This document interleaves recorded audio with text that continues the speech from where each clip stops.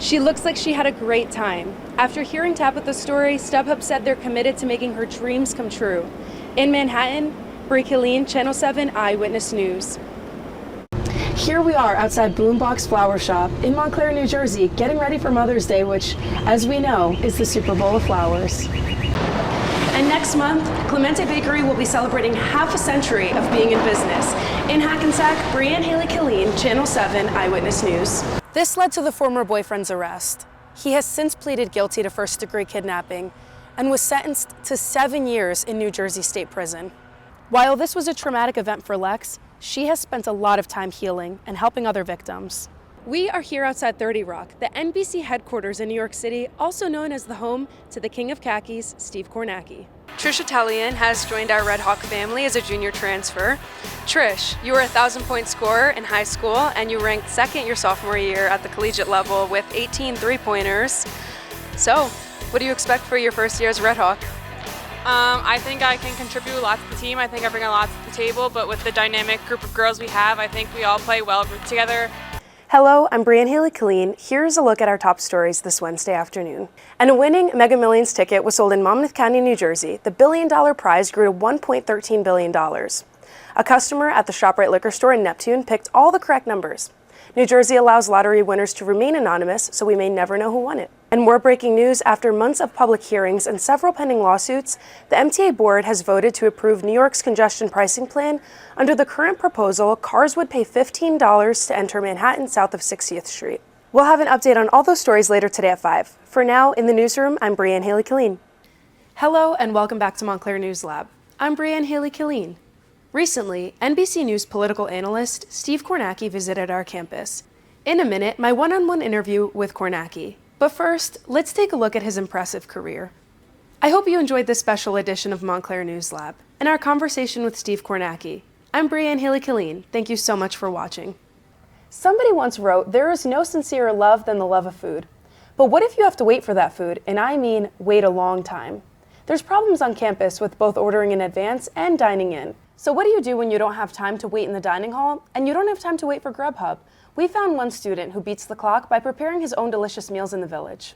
The Montclair State University football team has recently stepped up their game, bringing their 2-8 record to a 5-5 for the fall 2023 season. Many say the new head coach is the reason. Allie Leach has the story. That's all for this week's episode of Montclair News Lab. I'm Brianne Hailey Killeen. And I'm Eve Rosado. Thank you so much for watching. I came to terms with the fact that I was going to die. This is Lex Rulin, a domestic violence survivor. She met her boyfriend in 2020. Things were great for the first 6 months. After 6 months, I found out that he cheated on me, and that was the first time that he ever put his hands on me. Every time after that, it got progressively worse. She says after 2 years, enough was enough. On October 13th of 2022, after a heated text message argument, she decided to block his number. So the boyfriend sent her threatening emails, 100 of them. So when I saw those, immediately I panicked. After class, Lex got into her Jeep, and then suddenly her boyfriend jumped out of the rear of her truck toward her with a knife. From there, Lex was forced to drive while being beaten and held at knife point to New York's Harriman State Park, where he was going to torture me, kill me, and then dismember me so that nobody would find me. Lex was begging for her life, and then stopped. And he just looks at me and he says, "Before I kill you, you're gonna buy me a pair of ski pants."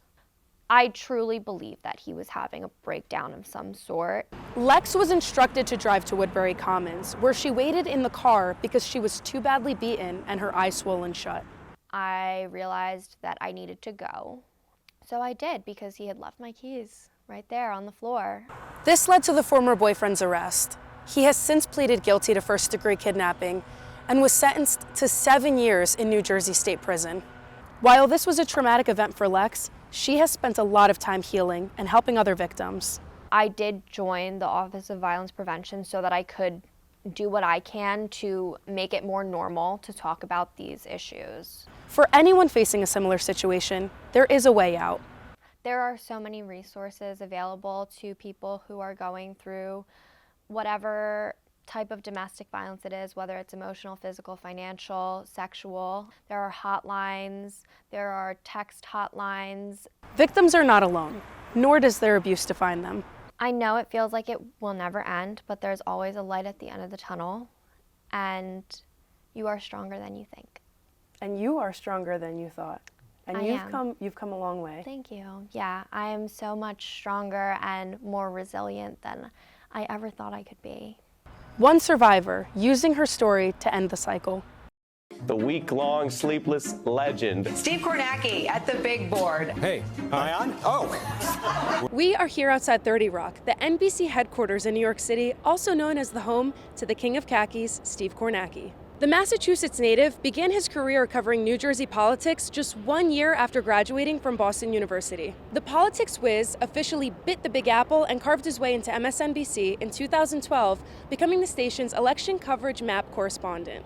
Since then, this wizard has performed his magic on the big board, the network's signature touchscreen monitor.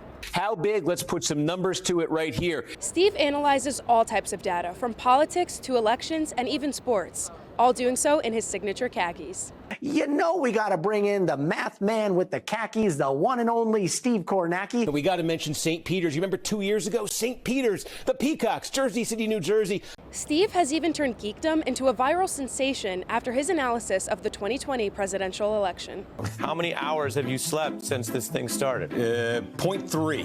It's 4:06 in the morning. Steve, you're still doing math in your head. Now, Steve is preparing for another sleepless election, the same presidential face-off in 2024 that we saw in 2020. The pressure's on now. I better deliver something here, huh? Steve Kornacki, national treasure, running on Diet Coke, adrenaline, and a big, big brain.